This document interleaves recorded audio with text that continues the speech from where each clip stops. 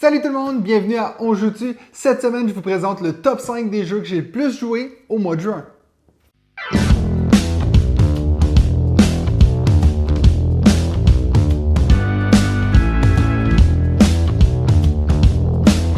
Alors ce mois-ci, encore une fois, dans un tout petit mois, je n'ai que 18 parties jouées à mon actif. Encore une fois, j'ai fait beaucoup de gros jeux, donc que j'ai joué une seule fois, donc c'est des jeux qui ne vont pas apparaître sur cette liste. Mais aussi le mois de juin, quand t'es prof, ça veut dire des corrections et puis encore des corrections. Donc j'ai pas eu énormément de temps pour jouer à des jeux de société ce mois-ci. Malgré ça, je vais quand même vous présenter mon top 5 des jeux que j'ai le plus joué ce mois-ci. Et puis bien sûr, comme à l'habitude, s'il y a une égalité dans une des positions, je vais choisir un jeu parmi ceux-là pour vous le présenter.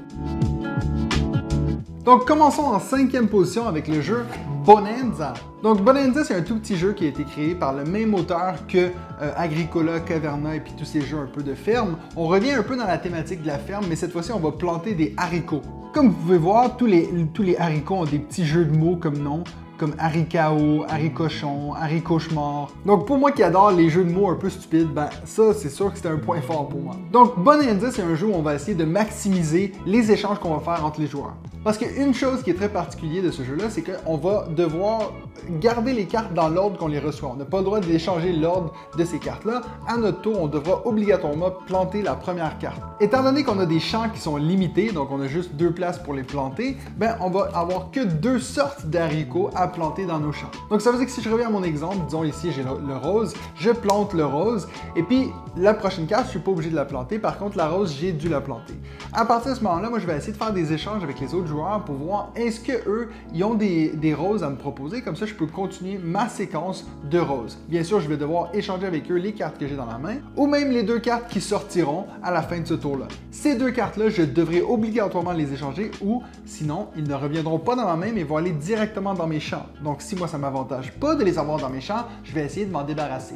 Donc ça, c'est globalement comment Bonanza ça se joue. Et puis je peux vous dire que c'est de loin le jeu qui fonctionne le mieux au système des échanges. Par exemple, si je prends le jeu Catan, il y a un élément, on peut échanger des cartes, mais on peut éventuellement arriver à un point où on dit, ben, on va arrêter d'échanger avec toi parce que tu es en train de gagner. Donc ça devient un peu secondaire les échanges, mais ce jeu-ci, c'est vraiment, à chaque fois qu'on fait des trades, des échanges avec des autres joueurs, on va toujours trouver une façon que ça nous avantage, puis en même temps, ça avantage aussi notre adversaire. Donc, c'est impossible de gagner une partie de Bonanza si on ne fait pas des compromis, si on ne dit pas, ben ok, peut-être que ça t'avantage plus toi que moi, mais j'ai vraiment besoin de faire cet échange-ci à ce moment-là.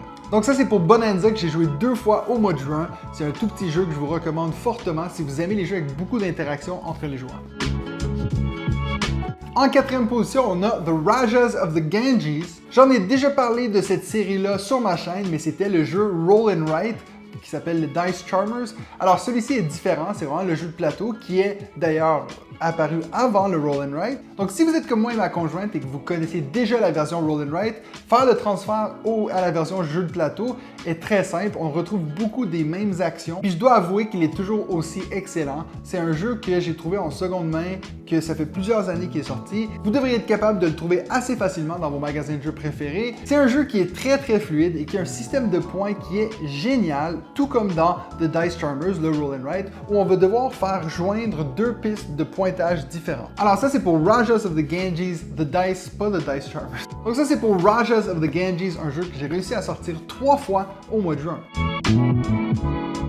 En 3e position, on a Trek 12 que j'ai réussi à faire 4 parties au mois de juin. Donc Trek 12, c'est un jeu que j'ai déjà parlé sur cette chaîne. J'ai déjà fait une vidéo de On Gagne Tu où j'ai joué à quelques parties en ligne sur Board Game Arena. Et puis dimanche dernier, j'ai fait une partie de Trek 12 avec certains de mes auditeurs où on a fait une expédition ensemble. Étant donné que je filme ceci le vendredi et que je n'ai pas encore fait cette partie-ci, j'imagine soit yeah, j'ai gagné ou soit bouh, j'ai perdu. Bref, c'est un jeu de roll and write où on va devoir rouler 2 dés et inscrire un de ces chiffres-là, soit en prenant le plus petit, le plus grand, la différence entre les deux, une addition de ces 2 chiffres-là ou une multiplication. C'est un jeu qui est très vite compris, les règles sont vraiment pas difficiles, mais d'être capable de faire des bons scores, ça prend du temps et puis ça prend beaucoup de préparation, d'être capable de faire 2-3 parties pour savoir, ok, ça c'était une mauvaise idée de mettre mon chiffre ici. Et c'est comme ça qu'on développe un peu des stratégies à ce jeu. Pour le moment, j'ai joué à Trek 12 avec 3 groupes différents. Il y en a 2 qui l'ont adoré, il y en a un qui a pas vraiment été fan. Mais moi, personnellement, c'est un jeu que j'arrête pas de retourner à Trek 12. Je pense que si je devais faire une liste de mes top 5 jeux de roll and write, il y a des bonnes chances qu'on retrouverait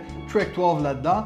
Je suis pas en première position, ça c'est sûr, mais c'est quand même un très bon roll and write qui a beaucoup de variété. Donc 4 parties au mois de juin. En deuxième position, avec 5 parties jouées au mois de juin, Codex Naturalis. Pour ceux qui ne connaissent pas Codex Naturalis, c'est un jeu où on va devoir placer des cartes d'une certaine façon, d'une certaine configuration pour essayer d'optimiser le nombre de points qu'on va faire. C'est un très bon petit jeu à prendre avec soi en vacances, même si on a un peu le problème de devoir vraiment s'étaler pour pouvoir y jouer. Donc c'est sûr que si vous êtes sur la plage, c'est pas le jeu idéal pour avoir avec soi. Mais c'est un jeu qui a le mérite d'être très simple et qui est très bien illustré, comme je vous avais montré dans la vidéo où je vous ai expliqué ce jeu-là. Comme je vous l'avais dit dans la vidéo où j'ai parlé de Codex Naturalis, c'est clairement un de ses atouts, c'est le fait que le jeu soit vraiment beau, les dessins, le graphisme, tout est magnifique. Et puis c'est un jeu qui est expliqué en 5 minutes. C'est toujours génial dans sa ludothèque d'avoir des petits jeux qui sont beaux et qui sont faciles à expliquer parce que c'est comme ça qu'on va attirer des nouveaux joueurs. C'est pas en sortant un Terraforming Mars à la première fois que quelqu'un joue à un jeu de société qu'ils vont accrocher, malheureusement. Mais j'ai l'impression qu'un jeu comme Codex Naturalis, même si ma mère venait ce soir chez moi, je pourrais lui dire regarde, on va jouer une partie de ça, puis elle comprendrait les règles et puis elle verrait aussi l'intérêt. J'utilise l'exemple de ma mère simplement parce que mes parents n'ont jamais été très jeux de société. Peut-être que les vôtres le sont, mais c'est pour ça que j'ai utilisé cet exemple-là. Donc ça, c'est pour Codex Naturalis. Si ce jeu-là vous intrigue et vous aimeriez voir comment ça marche, vous pouvez regarder ma vidéo que j'ai fait sur ça et aussi aller le tester sur Board Game Arena parce qu'il est en ce moment en mode bêta.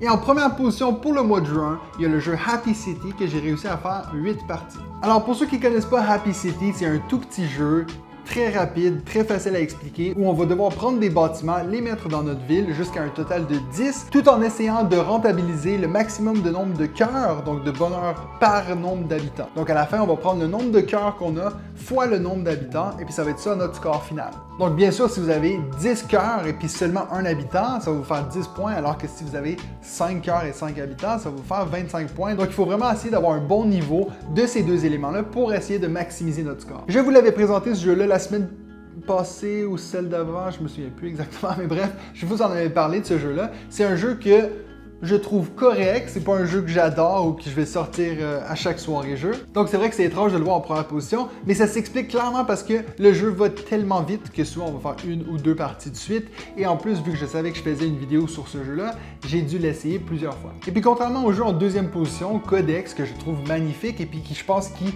apporte beaucoup à ce jeu-là, j'ai l'impression que les illustrations pour ce jeu, justement, ça me repousse. Je comprends que c'est un certain style, un peu japonais, un peu manga, mais moi, c'est pas ce qui m'attire. J'ai vraiment l'impression que c'est un jeu pour bébé. Néanmoins, ça change pas le fait que c'est un bon jeu, qui a une bonne mécanique, qui tourne très bien. Et puis, je suis sûr qu'il y en a plein d'entre vous qui l'aiment. Alors, dans ce cas-là, je suis très happy pour vous. Donc voilà, c'est déjà tout pour cette liste des top 5 jeux que j'ai joués au mois de juin. Laissez-moi savoir dans les commentaires quels sont les jeux que vous avez le plus joué ce mois-ci. Et si vous connaissez ces jeux-là, est-ce qu'il y en a un que vous aimez ou que vous aimez pas, puis vous voulez le partager avec nous? Et puis sinon, nous, on se revoit la semaine prochaine pour un autre épisode de On joue-tu?